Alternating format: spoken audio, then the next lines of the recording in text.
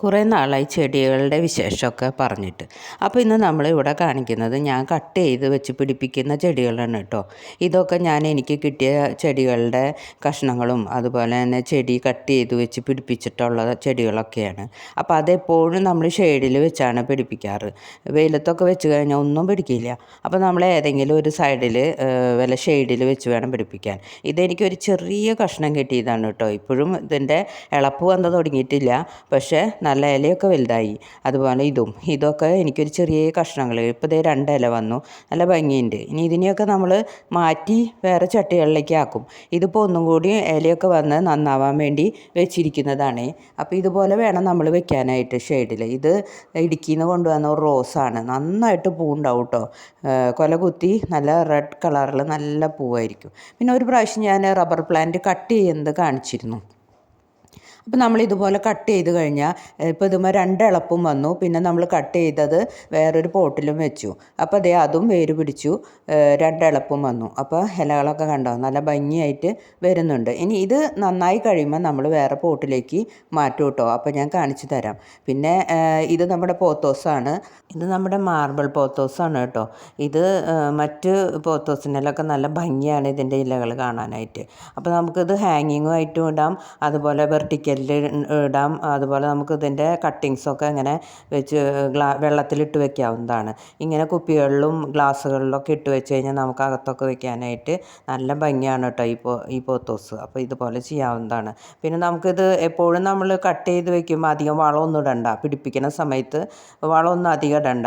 അത് പിടിച്ചു കഴിഞ്ഞ് നമുക്ക് 4 ഇലയൊക്കെ വന്ന് കഴിയുമ്പോഴാണ് നമ്മൾ പോട്ടിങ് മിശ്രിതമൊക്കെ ഇട്ട് വെക്കേണ്ടു. നമ്മൾ വേറെ പോട്ടിലേക്ക് മാറ്റുമ്പോൾ പോട്ടി മിശ്രിതമൊക്കെ ആക്കി വെക്കണം. ഇതൊക്കെ ഷെയ്ഡിൽ വെക്കുന്ന ചെടികളാണ് കേട്ടോ. ഇതിൻ്റെ ഇലയൊക്കെ കണ്ടോ നല്ല ഗ്രീൻ കളറാണ്, നല്ല ഭംഗിയാണ്. ഇതിൻ്റെ ഇലകൾക്കൊരു പ്രത്യേക ഭംഗിയാണ് കാണാനായിട്ട്. ഇത് വെയിലത്ത് വെച്ചാൽ എല്ലാം കരിഞ്ഞു പോകും. പിന്നെ ഇത് നമ്മുടെ റെഡ് ലിപ്സ്റ്റിക്ക്, ഇതിൻ്റെ ഇല വെയിലത്ത് വെച്ചാൽ ഒക്കെ കരിഞ്ഞു പോവും.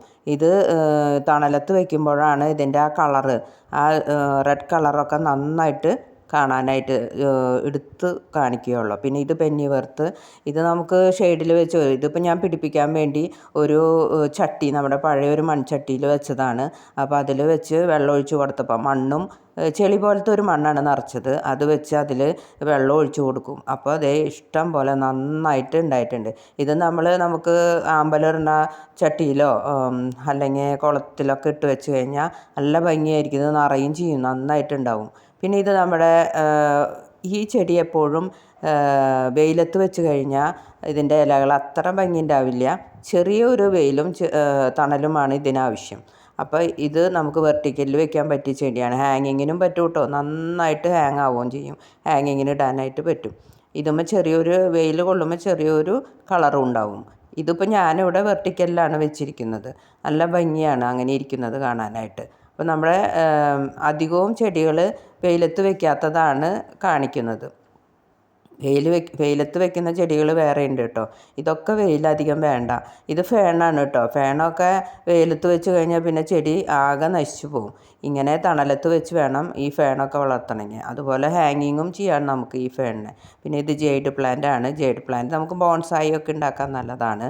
പിന്നെ നമ്മുടെ ബാമ്പു ആണ് കേട്ടോ, ലക്കി ബാമ്പു. അത് നമുക്ക് പല ഷേപ്പുകളിലൊക്കെ ഉണ്ടാക്കാം. മുന്നേ ഞാൻ എൻ്റെ വീഡിയോയിൽ കാണിച്ചിട്ടുണ്ട്. അപ്പോൾ ഇതുപോലെയൊക്കെ ചെയ്യാവുന്നതാണ്. പിന്നെ എല്ലാവർക്കും ഇഷ്ടമായെങ്കിൽ ഒന്ന് ലൈക്ക് ചെയ്ത് സബ്സ്ക്രൈബ് ചെയ്യണം. പിന്നെ കമൻറ്റൊക്കെ ഉണ്ടെങ്കിൽ ഒന്ന് രേഖപ്പെടുത്തിക്കോളൂ കേട്ടോ. പിന്നെ നമ്മുടെ ഇതുപോലെ നമുക്ക് പല ഷേപ്പുകൾ ആക്കാനായിട്ട് പറ്റും. പിന്നെ നമുക്ക് സൈഡുകളിൽ നിന്ന് അതിൻ്റെ ഇളപ്പൊക്കെ വരും, നല്ല ഭംഗിയായിരിക്കും കേട്ടോ.